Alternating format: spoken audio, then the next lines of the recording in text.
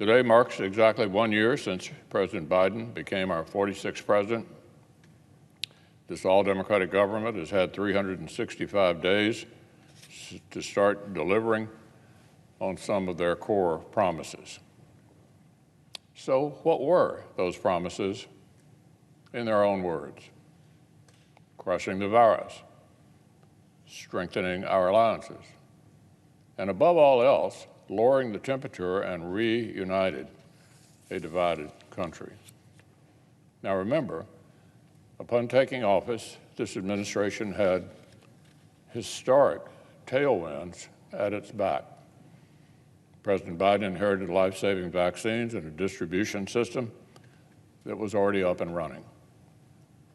He inherited a string of bipartisan rescue packages, including one that was only just a few days old. He inherited an economy that was primed for a roaring comeback. Those were the promises. That was the inheritance. So let's take a look at the progress report. Last spring, against expert advice, the Biden administration dumped another mountain of borrowed cash on an already white-hot economy. As a result, we're now being hammered by the worst inflation in 40 years. Practically everything families need and want has gotten much, much more expensive. Constant shortages disrupt family shopping. Households are being hit with soaring heating costs if they stay home and soaring gas prices if they go out. Our economic trajectory looks shakier today than it did when Democrats were sworn in. Of course, we have continued adding back jobs from COVID lockdowns. That was certainly going to happen. But job creation has massively underperformed Democrats' own projections for job creation with their super costly springtime stimulus package.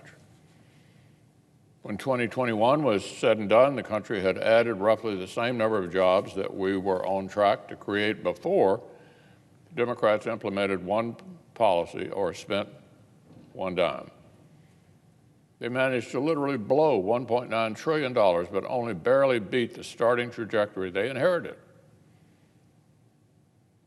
They call that spending a COVID package. But less than 10% of the money went to the actual medical fight, and that certainly shows.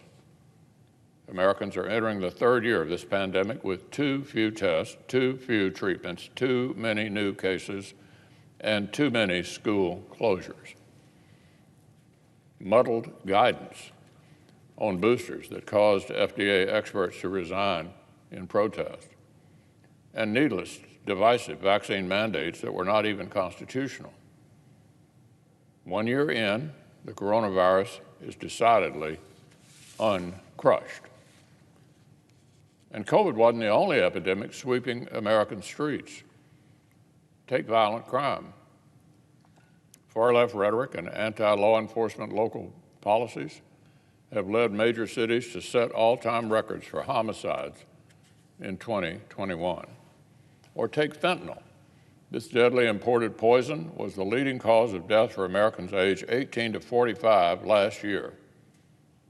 The #1 killer of Americans in their prime, fentanyl. So, why aren't Democrats treating this like an emergency? When was the last time President Biden even talked about this? And drug deaths are not the only consequence of our weak borders. Candidate Biden's rhetoric incentivized an historic flood of illegal immigration. And then President Biden's weak policies lit the fuse. The result, the biggest surge in illegal border crossings in 60 years. 60 years.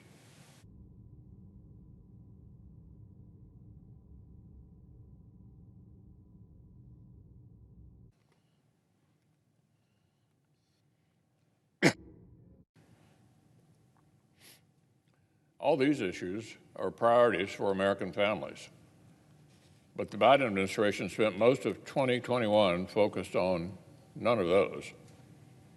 Washington Democrats spent months chasing a reckless taxing and spending spree packed with far-left policies that citizens never wanted.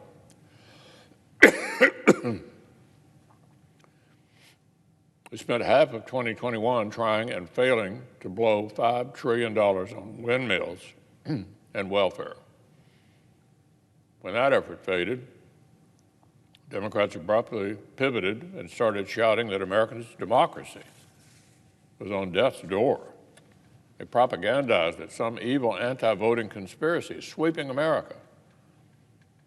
And the only solution to this grand crisis was a gigantic partisan election takeover bill that Democrats had conveniently written years before the events which they say now prompted it.